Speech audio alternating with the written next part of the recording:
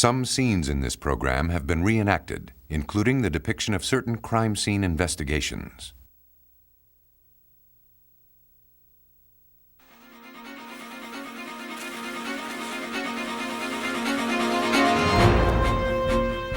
Investigators seek a serial bomber whose targets crisscross New York State. 4 deadly explosions in 90 minutes leave only vague clues to the bomber's identity.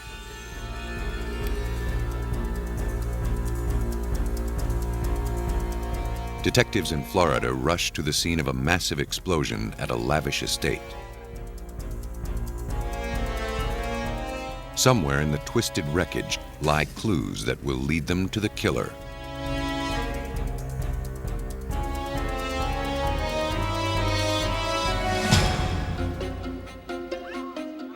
Bomb investigators must piece together the shattered remains of an intricate puzzle. Every long and grueling bombing investigation begins with a short fuse.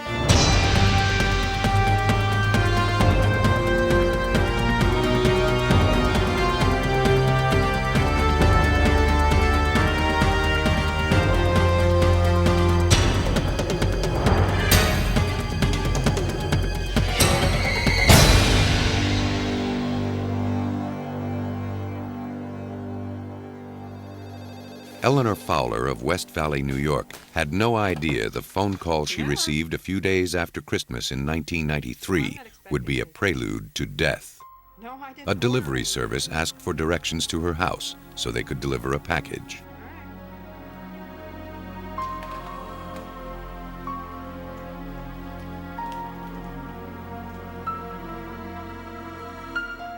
Suspicious, Eleanor called the police. They told her anonymous packages aren't a crime, and there was nothing they could do. Eleanor accepted the box with reluctance.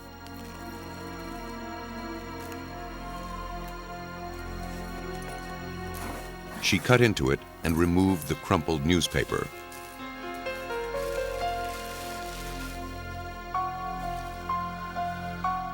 Inside, she found a toolbox. Whoever sent it didn't include a note.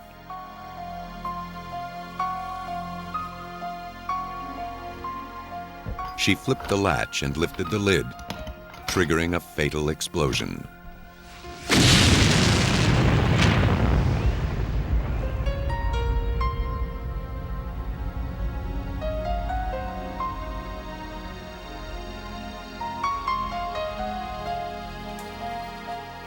Eleanor Fowler was the first victim in what was to become a statewide serial bombing.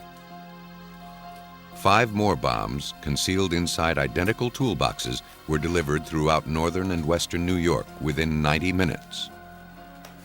4 of the bombs exploded, killing 5 and injuring 2. Investigators from 3 New York offices of the Bureau of Alcohol, Tobacco, and Firearms, along with their national response team, followed the trail of explosions to each bomb site. The ATF is the federal agency assigned to investigate bombings.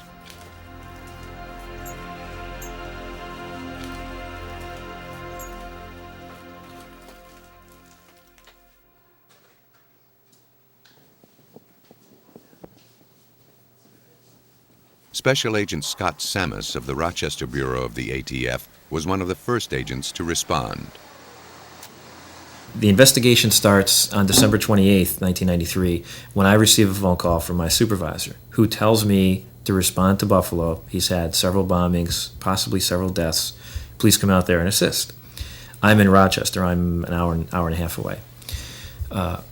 He then calls me back a few minutes later and asks me to stay in Rochester because there's just been a detonation in Rochester with possibly some deaths there.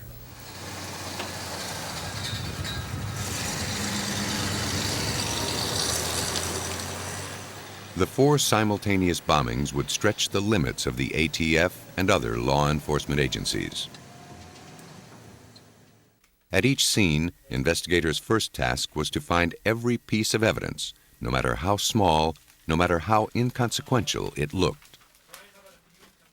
It was too soon to tell what might point them to the person who sent the deadly packages.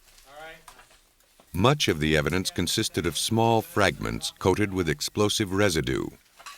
To determine what kind of explosive was used, the evidence at each scene was bagged and sent to forensic chemist Doug Klapek at the ATF laboratories in Rockville, Maryland. Well, in this case, we had to make sure that everything not only was stored separately up in Rochester, but was shipped separately down here. And different people were handling different parts of evidence. Even though things were already in airtight containers, we wanted to make sure that was the case. As the lab processed the evidence, investigators tried to trace the packages. The bomber used local delivery services and the U.S. mail, making the parcels difficult to trace. Unaware of their deadly cargo, the unsuspecting drivers made their rounds.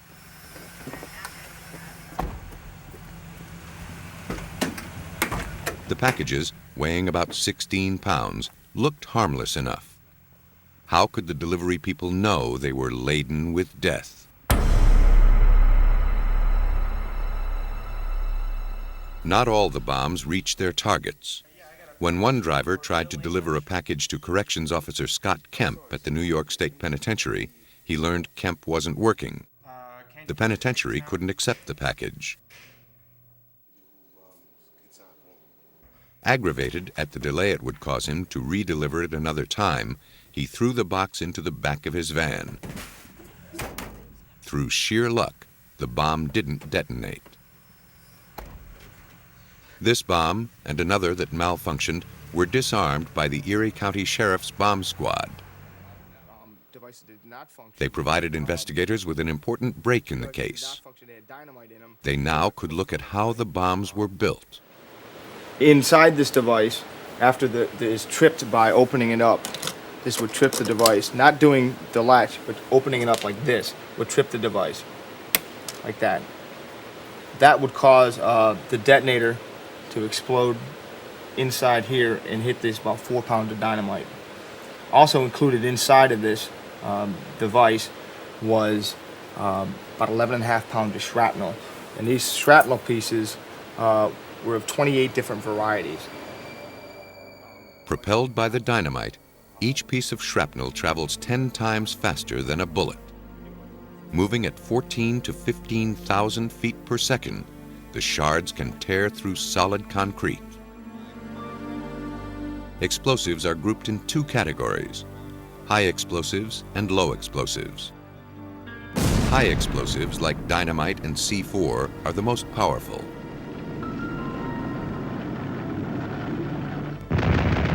They are used commercially for demolition and excavation and for military applications.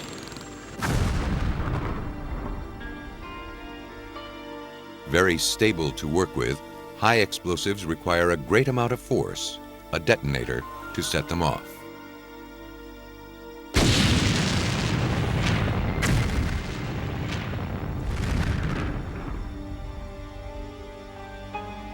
Low explosives include the flash powder used in firecrackers and smokeless powder used in shotgun shells.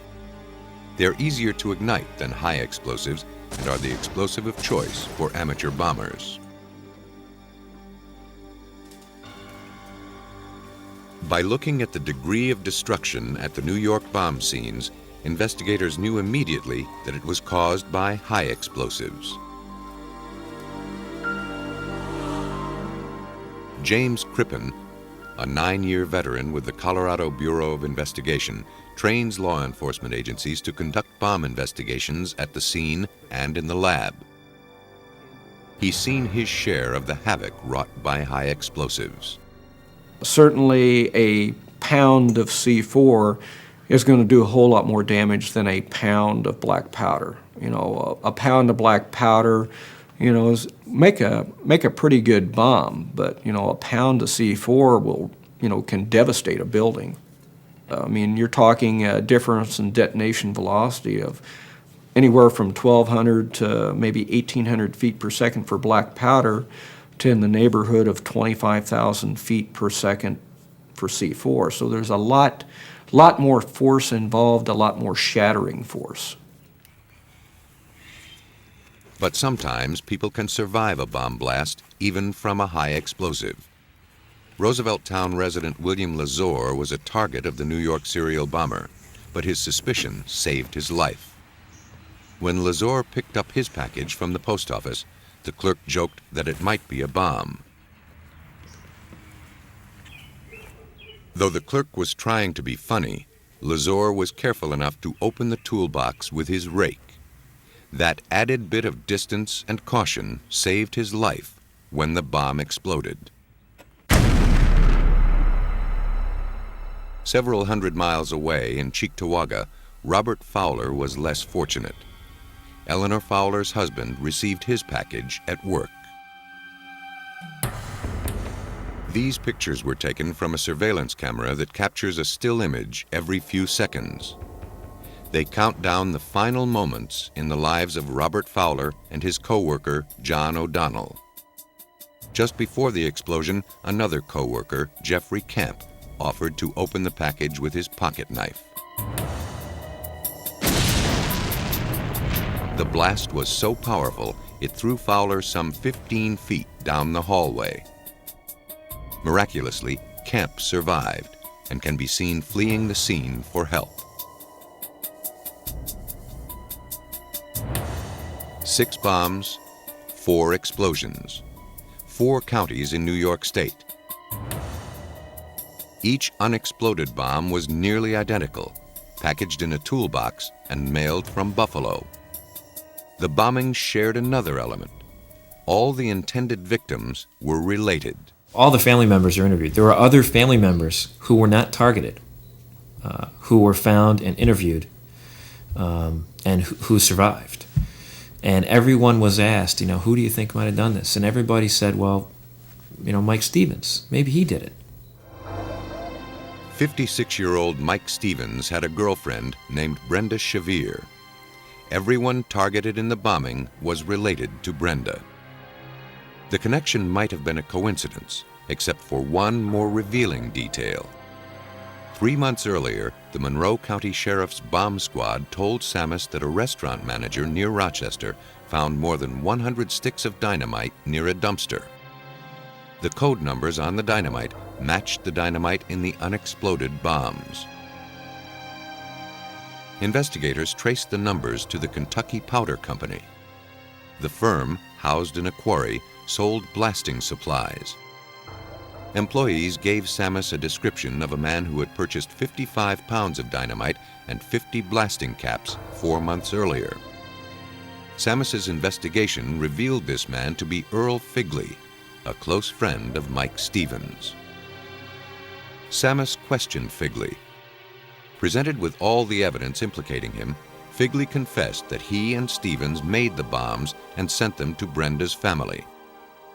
Figley explained Stevens' motivation. Mike wanted to exact revenge on his girlfriend's family for not accepting him. The relationship between the two started becoming strained, and Mike started tapping her phone calls. And just as in any relationship, your own family is going to support you in your relationship with another person. And that's what happened in this case. Things weren't going well. Family members of Brenda would tell her, if it's not working out, why don't you get out of the relationship? Police had enough evidence to arrest both Earl Figley and Mike Stevens, but they still had to build a case that could not be beaten in court. For that, they needed hard evidence to convict Mike Stevens.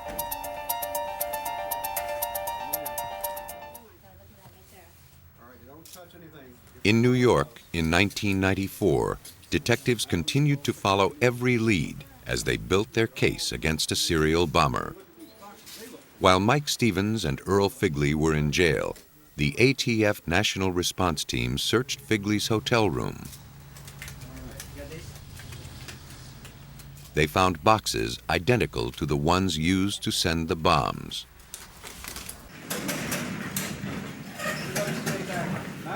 A tip led ATF agents and the Rochester Police Bomb Squad to a cache of evidence in a storage locker Stevens had rented several months earlier. Uh-oh, here we go. Inside the locker, police uncovered dynamite and blasting caps. The explosives provided the ATF and other agencies with the ammunition they needed in their case against Stevens. But the incriminating evidence didn't stop with the explosives. They also recovered disguises Figley wore when he purchased equipment and mailed the bombs: a wig, beard, and theatrical makeup. And a beard and a mustache. They also found the books Stevens and Figley studied to learn how to construct the deadly weapons. The fact that these books exist represents the risk we take living in a free society, according to bomb expert James Crippen. The information has always been around on how to build devices. That's one of the things that we live with in the United States, because we have a very rigid view of freedom of information, no matter how much trouble it's going to cause us down the road. And I certainly agree with that point of view that, you don't want to restrict information. You just hope that people will use it responsibly. Besides the explosives and books found in storage, investigators also found tools in Stevens' home. And like most everything else used in a crime, tools can be traced. At the ATF laboratory in Rockville, Maryland, forensic investigators carefully studied wire cutters they found in Stevens' home. Tool mark specialists had to match the wire cutters with the marks they made on the wires found in all the bombs. Tool mark examiner Elizabeth Gillis. When you have two tools that come off the production line one after the other, they're each going to have their own individuality, their own individual marks, so that when you do make a test cut with the tools, you can put them on the microscope and be able to differentiate between which tool made which mark. First, Gillis cuts a piece of wire using the cutter she wants to test. The wire is the same type found in the evidence. Investigators must make dozens of cuts with the tool in order to study the angle, contact area, and other attributes of the cut. Only then can they match a wire with the tool that cut it. She places the test cut under a microscope, orienting it to the appropriate angle so that she can compare the test cut with the wire found in evidence. She then superimposes the two images to see if the two cut patterns match.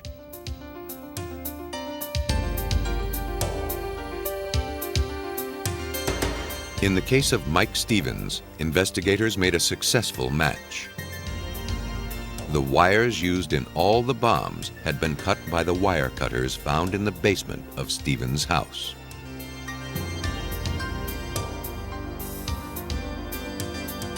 While the books, wires, and tools helped investigators tighten their grip on Mike Stevens, they still wanted one more piece of evidence. They needed to establish a connection between the explosives and the suspect. People think that when a bomb goes off and blows up, that everything goes away. There's nothing further from the truth. When you have an explosion, all the explosive material is converted into a gaseous state that actually is consumed in the explosion. Well, that will go out as a heated gas, and when it hits other objects, it will cool down and start coating those objects, such as metal or clothing or wood or whatever. So not only will you have unreacted particles of explosives, but you'll have this gaseous film that's developed on other objects that you can test and get the residues from. At the ATF lab in Rockville, Maryland, Doug Klapek analyzed residue from the bomb scene to determine the kind of explosive used. Once identified, Klapek tried to match it with evidence collected from Mike Stevens.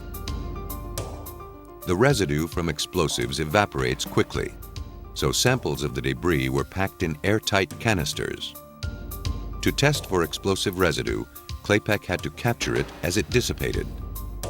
He prepared a charcoal-filled pipette, which he then inserted into the top of the canister.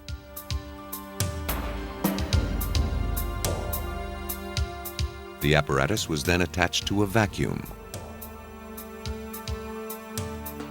As the canister was gently heated, air was drawn out through the pipette. The charcoal inside the pipette grabbed the chemical components from the evidence.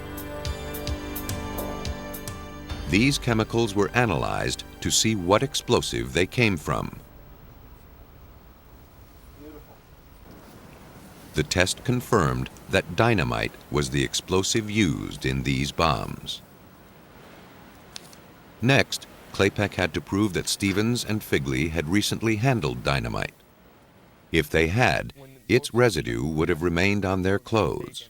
I found off of Stevens' boots and his clothes ethylene glycol dinitrate, which is only found in dynamite. There's no commercial use other than in dynamite for this material. Investigators had made their case. They had matched Stevens and Figley to explosives and the tools used to make the bombs. Any missing details were sewn together by Earl Figley himself. With this evidence, ATF agents determined that Mike Stevens constructed 6 bombs in the Rochester hotel room with the help of Earl Figley. In fact, to shift blame from himself, Stevens made sure Figley played a significant role in the murders. Mike Stevens was using Earl to do all his dirty work for him. And he was successful, I guess, for a few hours anyway, but not for very long. Stevens' motive was vengeance. He was determined to make Brenda Shavir's family pay for rejecting him. To be certain the bombs were fatal, he loaded each with shrapnel. There is no doubt in my mind that these devices were designed to kill somebody upon opening. They were a strictly booby-trap device addressed to a specific person. In order to make the bombs harder to trace, Stevens stuffed the packages with newspapers from Buffalo, so it would appear the packages were sent from there, not from his home in Rochester. In court, Figley implicated Mike Stevens, then pleaded guilty. He was sentenced to 20 years in prison. Convicted of the deaths of 5 people, Stevens was sentenced to 4 consecutive life terms. Most times, when a bomb detonates, it begins an agonizing catastrophe. But in a small town in Georgia, explosions are an everyday occurrence.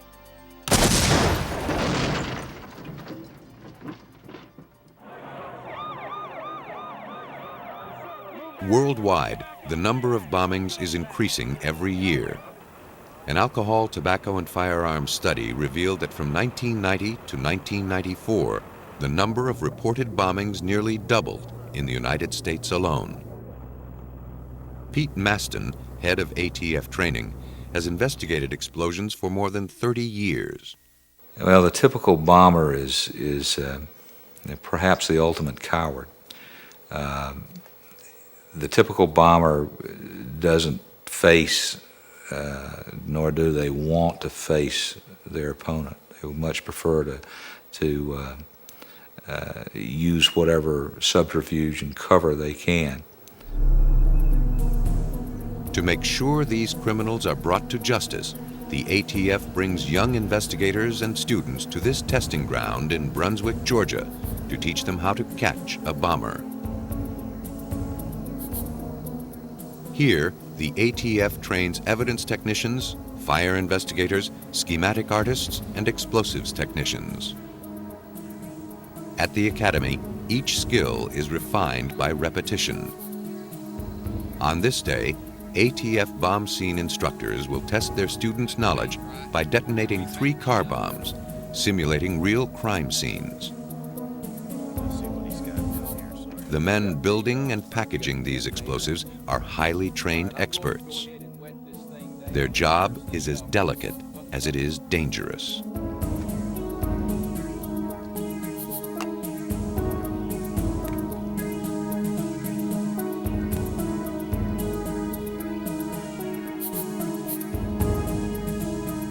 One cannot underestimate the power of the explosive materials. That's why, in inexperienced hands, bomb-making information can be a recipe for disaster, as instructor Larry Casey explains. All that information that's available doesn't have proper safety precautions in it. and the learning skills of sequential assembly processes, things that are important to know for safety reasons, are totally missing there. So they're always at great risk to blow themselves up. And we oftentimes will get a call and you'll find the tragic aftermath in a garage or someplace where the kids were doing experimentation, and what you get are pieces of bodies and tools scattered around and death and destruction, and that's the sad part of this. Instructors at the academy begin the training session by building pipe bombs.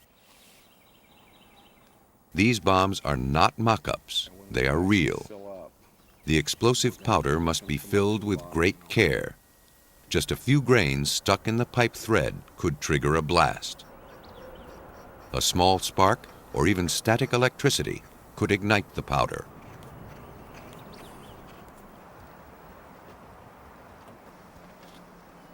For the test, the bomb is placed so the end caps shoot into the engine compartment and the back seat, making the work of finding them more of a challenge for the students. So that big high pressure end cap should go right into that radio area. So it's fore and aft kind of at this angle? Yeah. Okay. When everyone has cleared the area, it's time for detonation.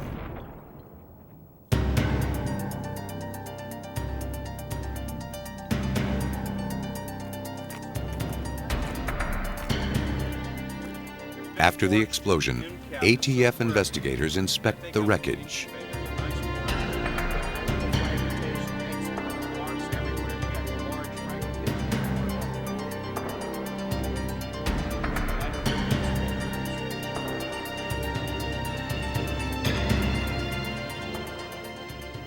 Some of the lighter fragments were propelled hundreds of feet into the woods, creating a huge area to investigate.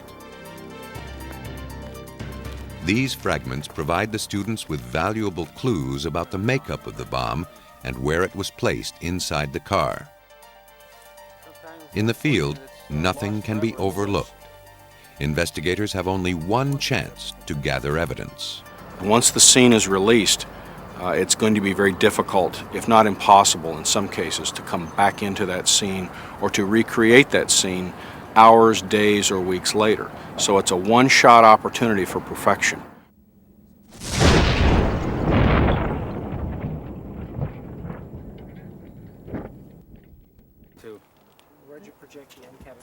It quickly becomes evident how destructive these small pipe bombs can be. This explosion was so powerful that part of the cardboard carton pierced the car's steel door. It's difficult to tell. Smaller holes. Other fragments sliced through the roof as if it were foil. These holes are larger because the pieces didn't fragment as much. Instructors prepare the next bomb by mixing several low explosives into one powerful cocktail.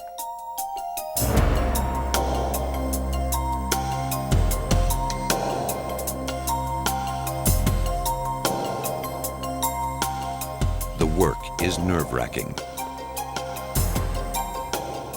The powder must be tamped into the pipe and the detonator delicately taped to the loaded bomb.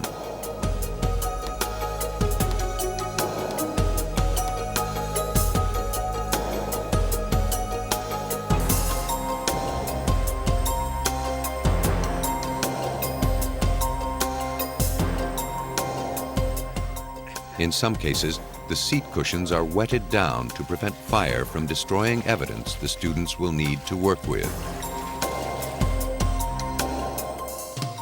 The final package is ready to detonate.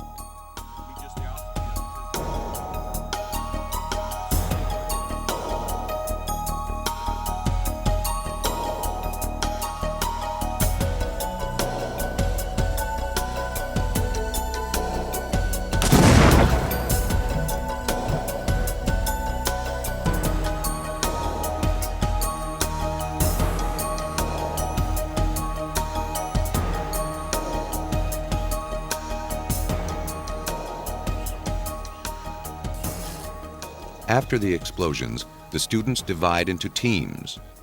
The team leader assigns each person to a task.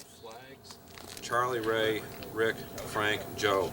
And Colin's going to kind of be the overseer of that group.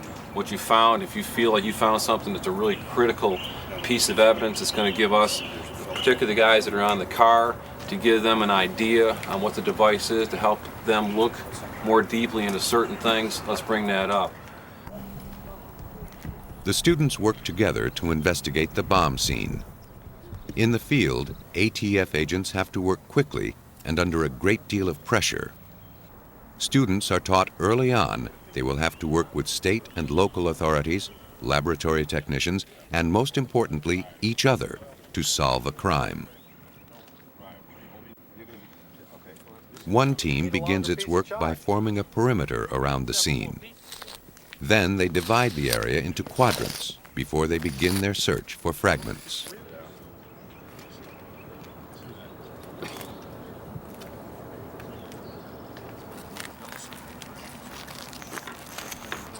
Hey, Jim? Just looking. Colin. Here's your, this looks like the piece of the end cap, right?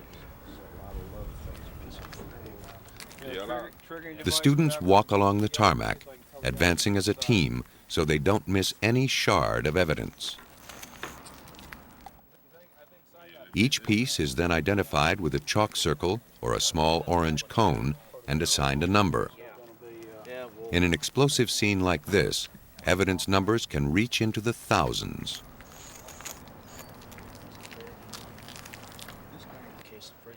One team member records the identification number and exact location of each piece of evidence.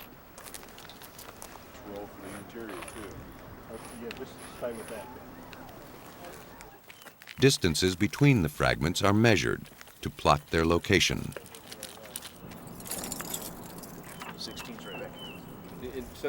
Another team closely inspects the damage inside the car. Their job is to figure out which fragments are part of the car and which may be parts of the bomb. For many of the students, this is the first time they have seen a bomb's devastation up close. It won't be their last. And while the damage to the car looks complete, valuable evidence remains embedded in the wreckage. Hatchets, hammers, and crowbars are brought in to pull these clues from the vehicle. The car is literally dissected as students search for pieces of the bomb lodged in or behind the dashboard. They never know where they might find the most significant piece of evidence. The students then move the car and search underneath. Bombs explode in all directions, and clues typically become embedded in the asphalt.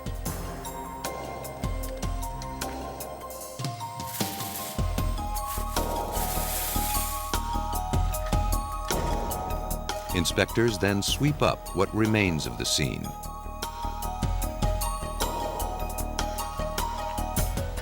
The debris is then carefully sifted through a thin wire screen to separate any small clues that may have been overlooked.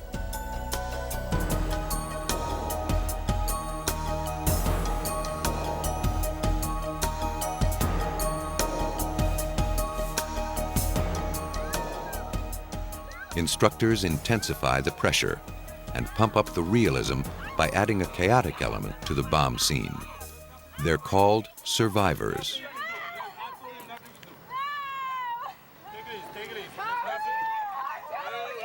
Role players portray panicked victims and family members whose loved ones have been killed or injured in the blast.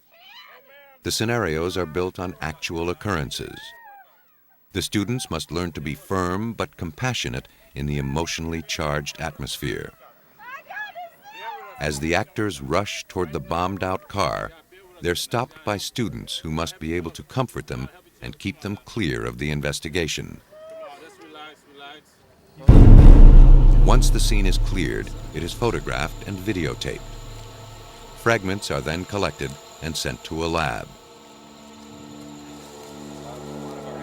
These thorough investigation methods must be learned if the students ever hope to catch a bomber. You've got to be able to prove your investigation in a court of law. And most of the time, that takes forensic evidence that puts the bomb in the hands of the bomber. In the classroom, they get an anatomy lesson, learning the vital parts of a bomb. Tape, pipe, detonator, and wires are all carefully examined as the students begin to piece together the evidence gathered outside at the bombing scene.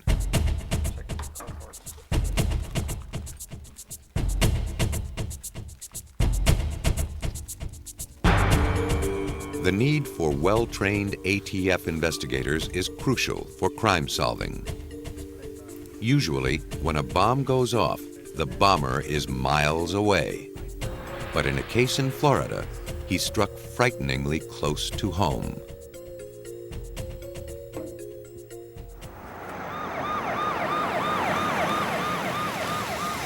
On July 9, 1985, two deafening explosions, seconds apart, rocked a quiet suburban neighborhood in Naples, Florida. The Collier County Sheriff's deputies immediately arrived at the scene. But the explosion had already taken the lives of two people. Matron of the wealthy Benson and Hedges tobacco family, Margaret Benson, and her adopted son Scott were killed. Margaret's daughter, Carol Lynn, was critically injured.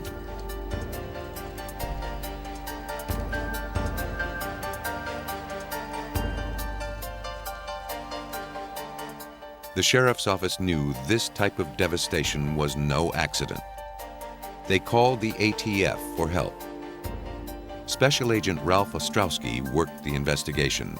In my 22 years with ATF, particularly my time in Cleveland, when I worked a lot of organized crime, bombings, vehicle bombings, this was without a doubt the worst vehicle bombing I had ever seen.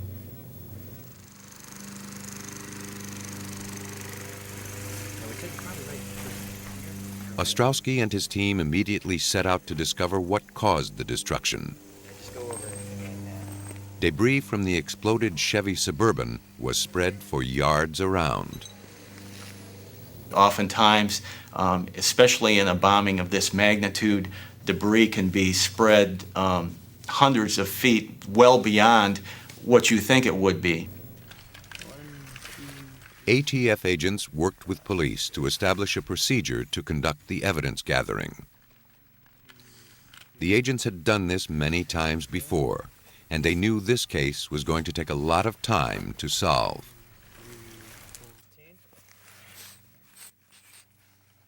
So by the second or third day, needless to say, the scene got to be very, very tedious to work. The agents were forced to wear masks because of the stench, and they did an excellent job in recovering as much of the evidence as they did recover. Every fragment was marked. Chalk outlined where pieces of debris landed after the explosion.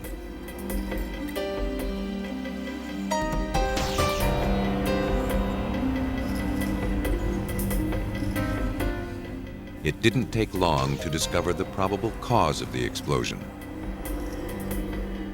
They found pieces of large metal pipes that weren't automobile parts. The ATF was confident the vehicle was destroyed by a powerful pipe bomb, but they now had to determine how it was constructed and who planted it. The vehicle was absolutely destroyed. This was a large vehicle in 1978, the Chevy Suburban. The top of it was peeled back with two 27-pound pipe bombs in a contained vehicle. The force of the explosion did a great deal of damage. B6. As the evidence continued to accumulate, agents began questioning witnesses. Like I said, I went ahead and... The first person they spoke with was Stephen Benson, the only family member to escape injury. Escorted them in the car. His mother and his brother had been killed. His sister was fighting for her life in a hospital, yet police reported that Stephen Benson's demeanor was perfectly calm, even upbeat. This raised the suspicions of Collier County Captain Tom Storer. My suspicions were aroused immediately that something is not right in what was going on. It just wasn't consistent with a catastrophic event that had just occurred. Within 24 hours of the explosion, Stephen Benson stopped talking directly with police. All questions filtered through his attorney. Though suspicious about Stephen Benson, investigators had to be careful not to jump to conclusions. So far, they had no solid evidence for or against Benson's involvement. It was too early in the game to launch accusations, and they had no time to waste following a false trail. Okay, we'll be in touch with you. Okay, thank you. We follow the evidence wherever that evidence is going to take us. If we focus on one subject and use all of our resources on that one subject and we happen to be wrong, then we've wasted very valuable time early on in the investigation when it's probably one of the most critical periods.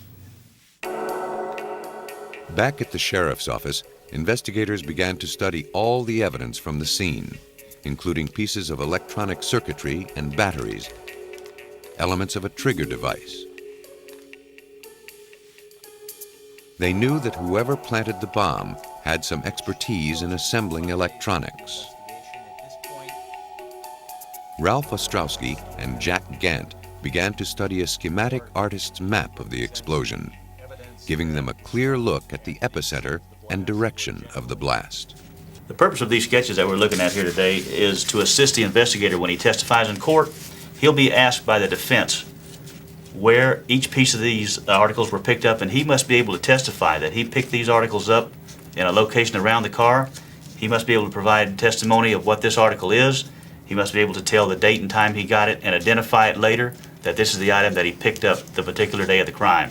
Without that testimony, this evidence cannot be used in court.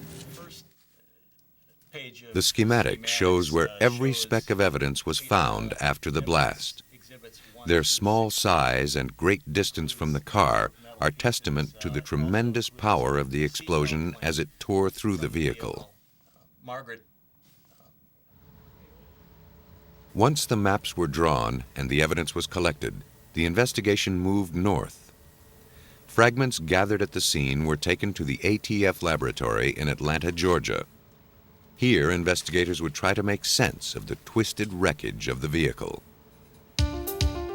Forensic chemist Walter Mitchell, a 26-year veteran of the ATF, started with a visual inspection of the fragments. Through the microscope, Mitchell studied the small wafer-like specks clinging to the sample. He tentatively identified the particles as smokeless powder. To confirm he was dealing with smokeless powder, Mitchell had to test it chemically using a process called thin layer chromatography. First, he coated a sheet of glass with an absorbent layer. Then he placed dots of the smokeless powder and his unknown sample on it. The glass was dipped into a tank of solvent.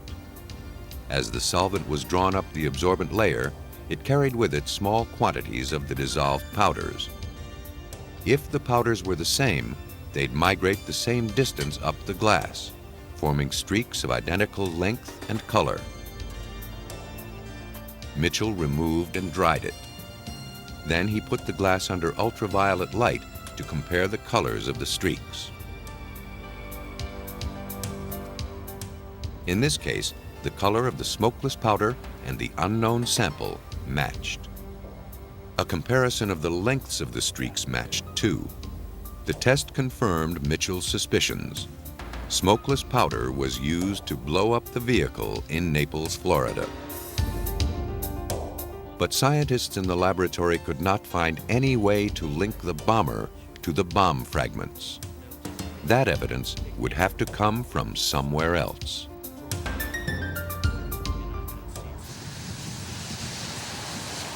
In Naples, Florida, forensic investigators began to track down the origin of the metal pipe they believed housed the bombs that killed the Bensons.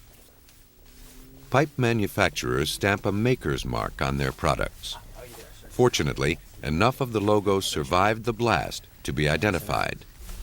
Agents traced the pipes to the only company in town that sold that brand. A store employee told investigators that a few days earlier he had sold the pipes to a man wearing a baseball cap and sunglasses. The buyer said he worked for the Del Rey Construction Company. Investigators later found out that no such company existed. They took the invoices as evidence. The signatures were nothing more than a scribble, but the paper contained something more revealing. The invoices bore the impressions of a palm print. Could they be the link to the suspect, Stephen Benson? Authorities obtained Benson's own palm prints for comparison. They hoped to find enough points of identification between the two to make a match. In this case, these palm prints that did come up on these forms are in excellent condition, and the points of identification probably reach near 60 to 75 points of ID. There's no question in anybody's mind that these palm prints are those of Stephen Benson.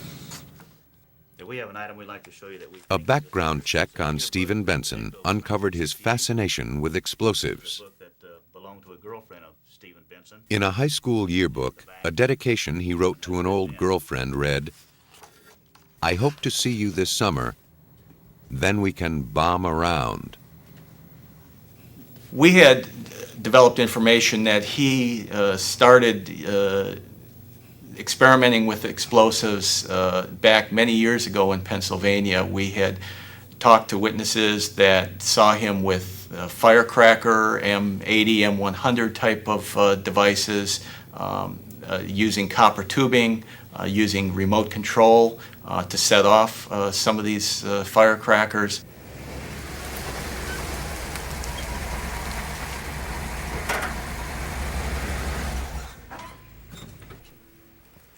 To understand Benson's possible motivation for murder, authorities looked to a financial auditor. The auditor determined that Benson, despite his access to a family fortune, was a terrible businessman. Police discovered that his financial failures were so far-ranging that Stephen started forging checks from his mother's accounts. When Margaret Benson discovered this, she threatened to write Stephen out of her will. Could it be Stephen Benson saw one clear way to get at those millions?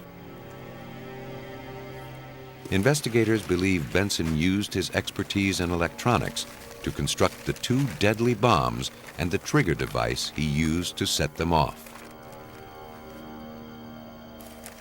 On the morning of the bombing, Stephen told everyone he was going to pick up coffee and donuts. But police believe this is when he planted the bombs in the car.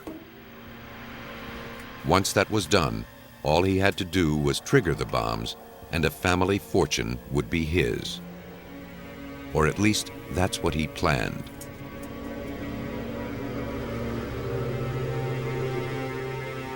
After Stephen placed the bombs under the car, he drove back home. He was gone approximately 45 minutes.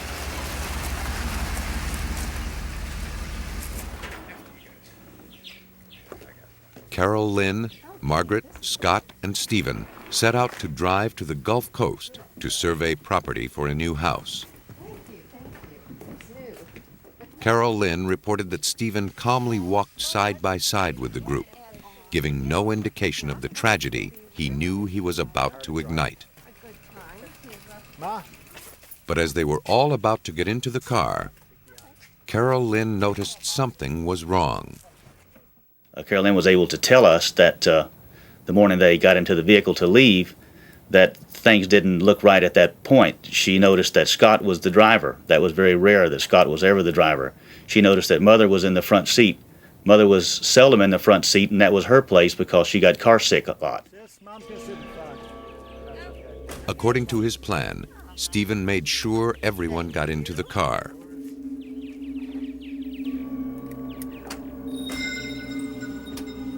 Just before they were about to leave, Stephen excused himself to pick up something he'd forgotten.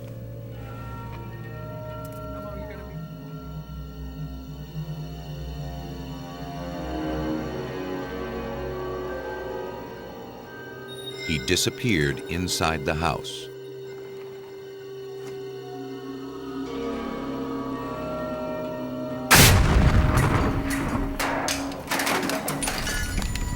The investigation into the bombings uncovered the evidence needed to arrest and convict Stephen Benson. He was sentenced to life in prison. Bombs are built from common materials by people with an uncommon thirst for vengeance. Easily concealed, utterly devastating, a bomb can detonate anytime, anywhere. It's this simple truth that makes bombing so challenging to investigators and so chilling for the rest of us.